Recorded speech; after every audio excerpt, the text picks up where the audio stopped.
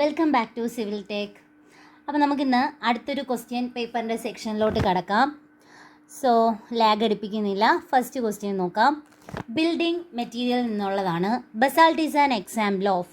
Basalt താഴെ പറയുന്നതിൽ ഏതിൻ്റെ എക്സാമ്പിൾ എന്നാണ്. Plutonic, volcanic, sedimentary, hyperbasal rock. ഇതിൽ ആൻസർ വരുന്നത് വോൾക്കാനിക് റോക്കാണ്. Answer volcanic rock. അതുപോലെ തന്നെ സ്റ്റോൺസ് എന്ന് പറയുന്ന ഒരു ചാപ്റ്റർ നിങ്ങൾ എടുക്കുമ്പോൾ അതിലുള്ള എക്സാമ്പിൾസ് ആണ് നമ്മൾ വളരെയധികം ഫോക്കസ് ചെയ്ത് പഠിക്കേണ്ടത്.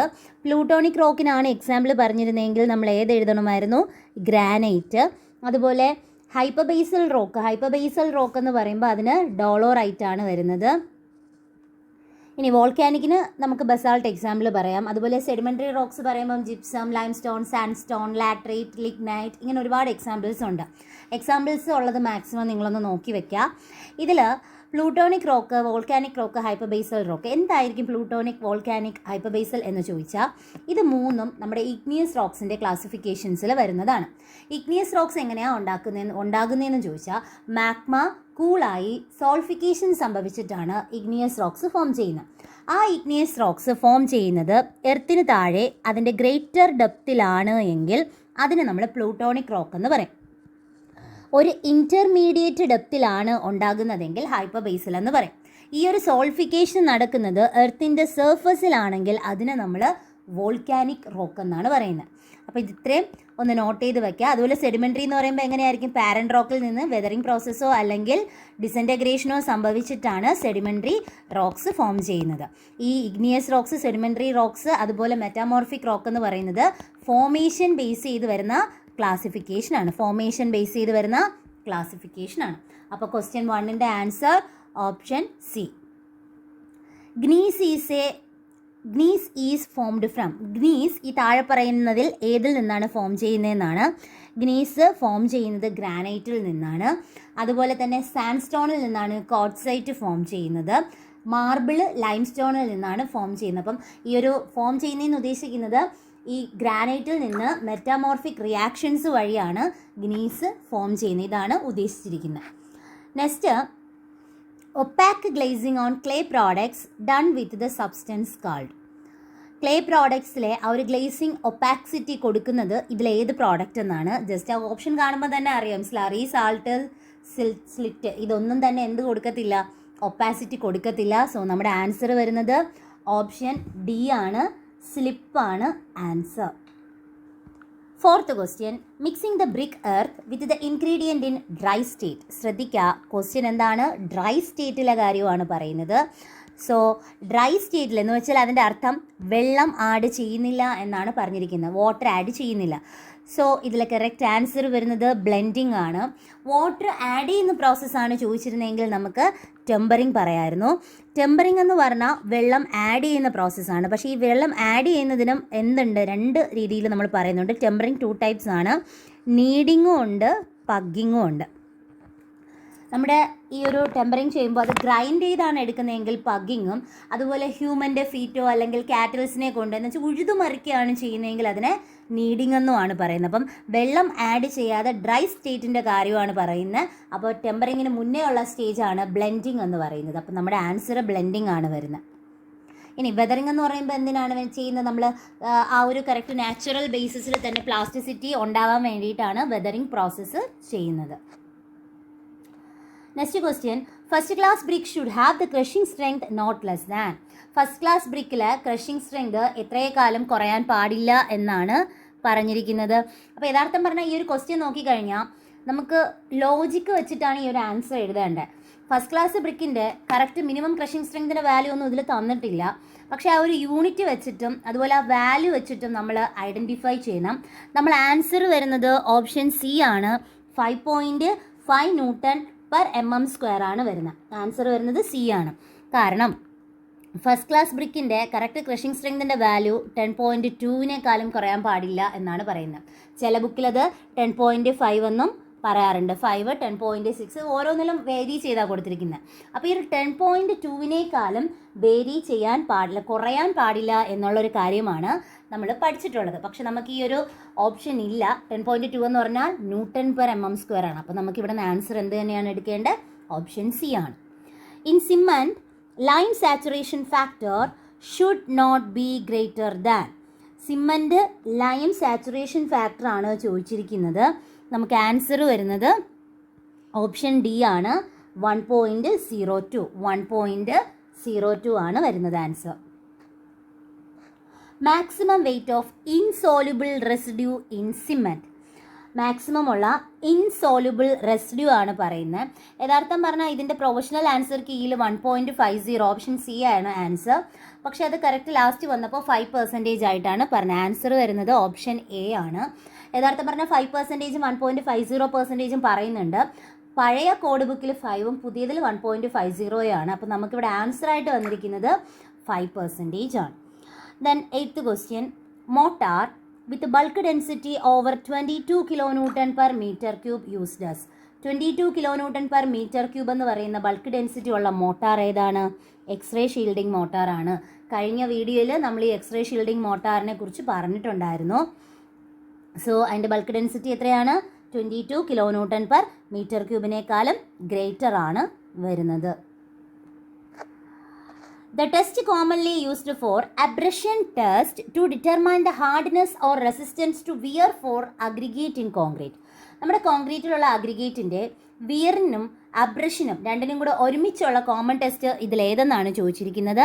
ആൻസർ വരുന്നത് ഓപ്ഷൻ എ ആണ്, ലോസ് ഏഞ്ചൽസ് ആണ് വരുന്നത്. ലോസ് ഏഞ്ചൽസ് അബ്രഷൻ ടെസ്റ്റ് ആണ് വരുന്നത്. ശ്രദ്ധിക്കുക, ക്വസ്റ്റ്യൻ വിയറിങ് മാത്രമല്ല ചോദിച്ചിരിക്കുന്നത്, അല്ലെങ്കിൽ അബ്രഷൻ മാത്രമല്ല, രണ്ടും കൂടെ ഒരുമിച്ച് ചെയ്യണമെങ്കിൽ ലോസ് ഏഞ്ചൽസ് അബ്രഷൻ ടെസ്റ്റ് ആണ്. ഇനി ഇതിൽ തന്നെ നമ്മുടെ ഡേവൽസ് എന്ന് പറയുമ്പം അട്രീഷൻ ടെസ്റ്റിന് വേണ്ടിയും ഇമ്പാക്റ്റ് ടഫ്നെസ്സിന് വേണ്ടി ഡോറി ഹാർഡ്നെസ്സിന് വേണ്ടിയിട്ടുമാണ് നമ്മൾ യൂസ് ചെയ്യുന്നത്. 10th question, water required for 1 bag of cement is 30 liters. The water cement ratio. Water cement ratio ആണ് കണ്ടുപിടിക്കാൻ പറഞ്ഞിരിക്കുന്നത്. സിമ്പിൾ ക്വസ്റ്റ്യൻ ആണ്. സോ എങ്ങനെയാണെന്ന് നമുക്ക് നോക്കാം. വാട്ടർ സിമൻറ്റ് റേഷ്യോ എന്നാണ് പറഞ്ഞേക്കുന്നത്. അപ്പോൾ വാട്ടർ ബൈ സിമൻ്റ് ആണ്. സോ അതിൻ്റെ വെയിറ്റ് എടുത്താൽ മതി. Weight of water by weight of cement എടുത്താൽ മതി. ഇതിൽ വാട്ടറിൻ്റെ വെയിറ്റ് നമുക്ക് തന്നിട്ടുണ്ട്. സിമൻറ്റിൻ്റെ നമുക്ക് 1 ബാഗ് എടുത്ത് പറയുന്നുണ്ട്. 1 ബാഗ് 50 ആണെന്ന് അറിയാം. ഓക്കെ, അങ്ങനെയാണെങ്കിൽ നമുക്ക് എത്ര കിട്ടും ആൻസർ? ഫൈനലി നമുക്ക് 0.6 എന്നാണ് കിട്ടുന്നത്. അപ്പോൾ നമുക്ക് ആൻസർ കിട്ടിക്കഴിഞ്ഞു. എത്രയാണ്? 0.6. സിമ്പിൾ ക്വസ്റ്റ്യൻ ആണ്. വാട്ടർ ബൈ സിമൻറ്റ് അതിൻ്റെ വെയിറ്റ് എടുത്ത് ചെയ്താൽ മതി. സോ 0.6 ആണ് ആൻസർ വരുന്നത്. The defect in timber which indicates soft tissue or skin which covers the wound of a tree. ഒരു ട്രീയുടെ വൂണ്ടിനെ സോഫ്റ്റ് ടിഷ്യൂ വെച്ച് ഇത് കവർ ചെയ്തിട്ട് വരുന്ന ഡിഫക്റ്റിനെ നമ്മൾ പറയുന്ന പേര് എന്ത് എന്നാണ് ക്വസ്റ്റ്യൻ ചോദിച്ചിരിക്കുന്നത്. ആൻസർ വരുന്നത് കാലസ് ആണ്.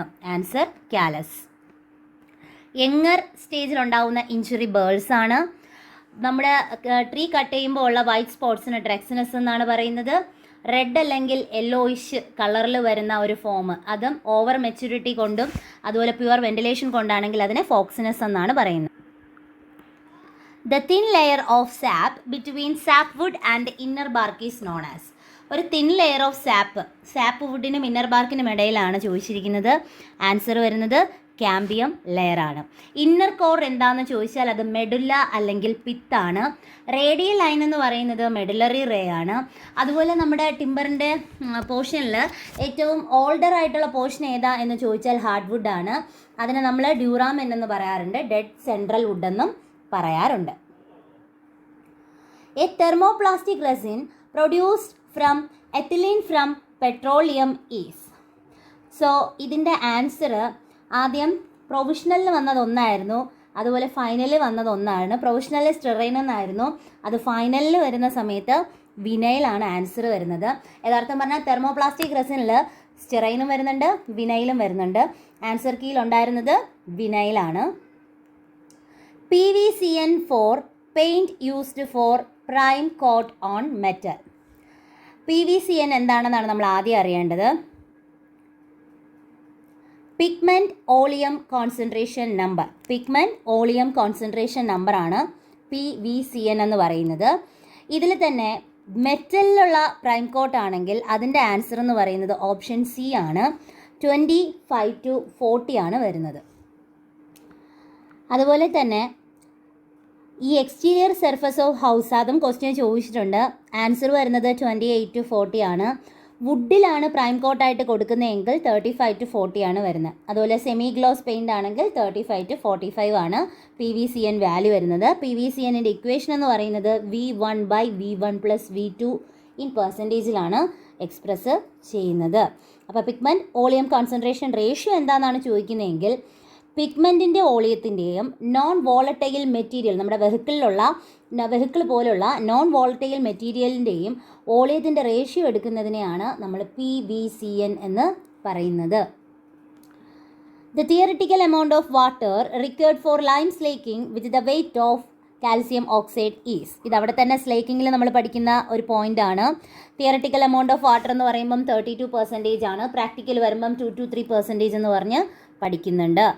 Which type of pile is constructed by inserting a steel shell into the ground and then filling it with concrete, leaving the shell in place?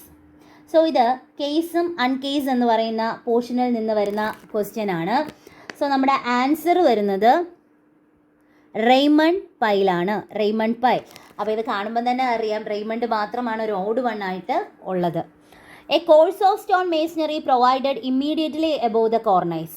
കോർണൈസിൻ്റെ മുകളിൽ കൊടുക്കുന്ന കോഴ്സിനെ നമ്മൾ പറയുന്നത് ബ്ലോക്കിംഗ് കോഴ്സാണ്. നമ്മുടെ ബിലോ പോർഷനിൽ ഒരു കോഴ്സ് കൊടുത്താൽ അതിനെ നമ്മൾ പറയുന്നത് ഫ്രീസിംഗ് കോഴ്സ് എന്നാണ്.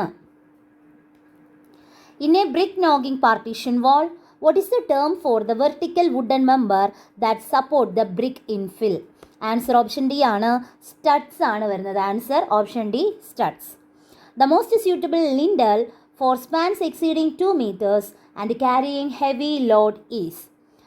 സ്പാൻസ് 2 മീറ്ററിനേക്കാളും എക്സീഡ് ചെയ്യുമെങ്കിൽ താഴെ തന്നിരിക്കുന്ന ലിൻഡൽ നമുക്ക് ആരെ മാത്രമേ യൂസ് ചെയ്യാൻ പറ്റൂ? റീൻഫോഴ്സ്ഡ് കോൺക്രീറ്റ് ലിൻഡലിനെ മാത്രമേ യൂസ് ചെയ്യാൻ പറ്റുള്ളൂ.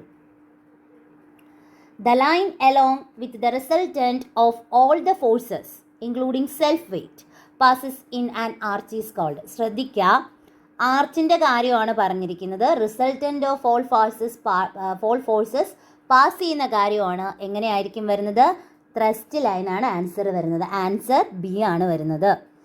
The most suitable underpinning method for confined spaces and poor soil condition is called. Poor soil കണ്ടീഷനാണ്. അപ്പോൾ നമ്മൾ പൈൽ യൂസ് ചെയ്തേ പറ്റൂ. സോ ഓപ്ഷൻ ബി ആണ്. മൈക്രോ പൈൽ അണ്ടർപിന്നിങ് ആണ് ആൻസർ വരുന്നത്. A bond of heading and stretching course so arranged that one heading course comes after several stretching course is called. ഒരു header course കൊടുത്ത് several അല്ലെങ്കിൽ infinite എന്നുള്ള ടേമൊക്കെ വന്നാൽ answer വരുന്നത് facing ബോണ്ടാണ്.